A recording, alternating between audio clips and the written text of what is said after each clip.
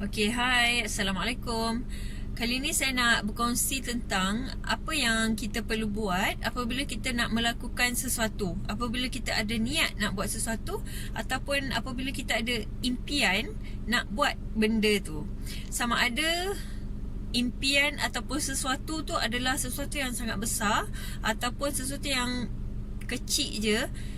Tetapi pada pendapat saya, benda ni yang kita perlu buat, iaitu fokus kepada apa yang kita nak buat, bukan fokus kepada impian tersebut.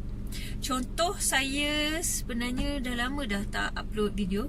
So sebab saya banyak bertangguh dah lebih seminggu dah. Okay, apa yang perlu saya buat adalah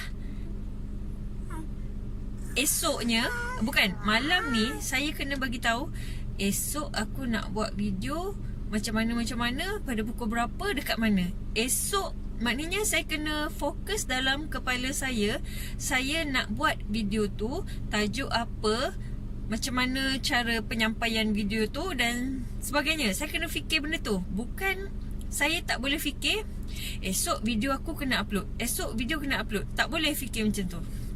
Maknanya kita tak boleh pergi kepada end result.